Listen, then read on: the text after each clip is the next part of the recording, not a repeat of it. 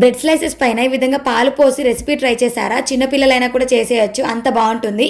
Hello అండి, welcome back to my channel. నేను మీ సోనియా. ముందుగా ఒక ప్లేట్లో ఒక 4-5 బ్రెడ్ స్లైసెస్ని తీసుకోవాలి. వీటిని ఎడ్జెస్ని ఈ విధంగా కట్ చేసుకోవాలన్నమాట. అన్ని వైపులా కూడా ఎడ్జెస్ని కట్ చేసి పక్కకు పెట్టేసుకోవాలి. తర్వాత బ్రెడ్ని కూడా ముక్కలుగా కట్ చేసుకొని పక్కకు పెట్టుకోవాలి. ఆ ఎడ్జెస్ పార్ట్ని తీసేసి పక్కకు పెట్టుకోవాలన్నమాట. తర్వాత బ్రెడ్ని ఈ విధంగా కట్ చేసుకున్నాక చేయితో స్మాష్ చేసుకోవాలి. మీరు కావాలంటే ఇంకో 4-5 బ్రెడ్ స్లైసెస్ అయినా తీసుకోవచ్చు. నేను ఇక్కడ శాంపుల్ మాత్రమే చూపిస్తున్నాను.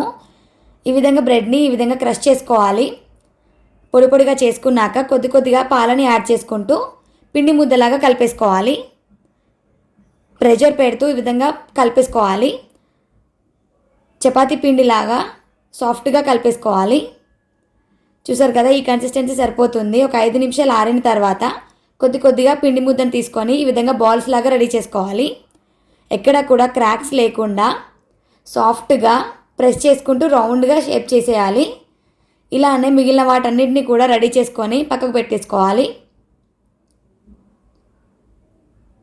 చూసారు కదా, ఈ విధంగా అన్నింటినీ కూడా రెడీ చేసుకొని ఒక తడి క్లాత్ని పైన కప్పేసి పక్కకు పెట్టుకోవాలి. స్టవ్ పైన వేరొక గిన్నె పెట్టుకొని 1 కప్పు షుగర్ వేసుకొని 2 కప్పుల వాటర్ని యాడ్ చేసుకోవాలి. షుగర్ సిరప్ కోసం. షుగర్ సిరప్ మరగడానికి వస్తుంది. షుగర్ అనేది మెల్ట్ అవ్వడం స్టార్ట్ అయిపోతుంది. కలుపుతూ ఉంటే మంటని మీడియం ఫ్లేమ్లోనే ఉంచి షుగర్ సిరప్ రెడీ చేసుకోవాలి. షుగర్ మెల్ట్ అయ్యాక ఇందులో ఒక 2-3 ఇలాచీని వేసుకోవాలి ఫ్లేవర్ కోసం. ఆ తర్వాత ఒక 5 నిమిషాల వరకు మరగనివ్వాలి. షుగర్ సిరప్ కొంచెం స్టిక్కీ నేచర్ వచ్చేంత వరకు మరగనివ్వాలి ఒక 5 నిమిషాలు. తర్వాత స్టవ్ ఆఫ్ చేసి పక్కకు పెట్టేసుకోవాలి. చూసారు కదా, ఈ కన్సిస్టెన్సీ సరిపోతుంది. చెక్ చేసుకుంటే ఇలా అంటుకుంటూ ఉంటుంది, జస్ట్ లైట్గా స్టిక్గా, అంతే. స్టవ్ ఆఫ్ చేసుకొని చల్లారనివ్వాలి. ఇంతలో మనం రెడీ చేసుకుని బాల్స్ ఉంటాయి కదా, ఆయిల్లో డీప్ ఫ్రై చేసుకోవాలన్నమాట. ఒక్కొక్కటిగా డ్రాప్ చేసుకొని ఈవెన్గా కలుపుకుంటూ గోల్డెన్ బ్రౌన్ కలర్ వచ్చేంత వరకు కాలనివ్వాలి. ఈ విధంగా వేయించుకున్నాక మంటని మీడియం ఫ్లేమ్లోనే ఉంచాలి. హై ఫ్లేమ్లో ఉంచితే మాడిపోతాయి, లోపల సరిగ్గా ఉడకవన్నమాట. మీడియం ఫ్లేమ్లో ఉంచితే లోపల నుంచి బాగా ఉడికిపోతాయి. క్రిస్పీగా చాలా బాగుంటాయి బాల్స్ కూడా. చూసారు కదా, గోల్డెన్ బ్రౌన్ కలర్ వచ్చాక తీసేయాలి. తీసేసి షుగర్ సిరప్లో యాడ్ చేయాలన్నమాట.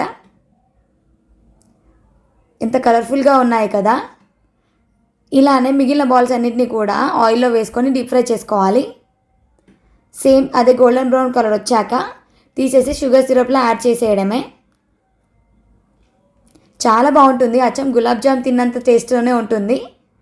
తప్పకుండా ట్రై చేయండి. ఇంట్లో గులాబ్ జామున్ ప్రీమిక్స్ లేకపోయినా కూడా ఇలా బ్రెడ్ ప్యాకెట్తో సింపుల్గా చేసేయచ్చు. మీరు కావాలంటే ఇలా బాల్స్లా కాకుండా కూడా పీసెస్గా కట్ చేసి కూడా చేసేసుకోవచ్చు. ఇప్పుడు ఈ షుగర్ సిరప్లో మనం ముందుగా రెడీ చేసుకున్న గులాబ్ జామున్ బాల్స్ని ఆ షుగర్ సిరప్లో వేసేసుకొని ఒక 2-3 గంటల వరకు నాననివ్వాలి. అందులో షుగర్ సిరప్ అనేది ఈ బాల్స్ అనేది తీసేసుకోవాలి. సేమ్ గులాబ్ జామ్ లానే ఉంటుంది, చాలా బాగుంటుంది టేస్ట్ మాత్రం. ఒక 2 అవర్స్ తర్వాత చూసారు కదా ఎంత బాగా నానిపోయాయో. ఈ గులాబ్ జామ్ని ఒక బౌల్లోకి తీసుకొని సర్వ్ చేసుకోవడమే. చల్లచల్లగా తింటే ఇంకా బాగుంటుంది. వీడియో నచ్చితే లైక్ చేసి షేర్ చేయండి. Thank you.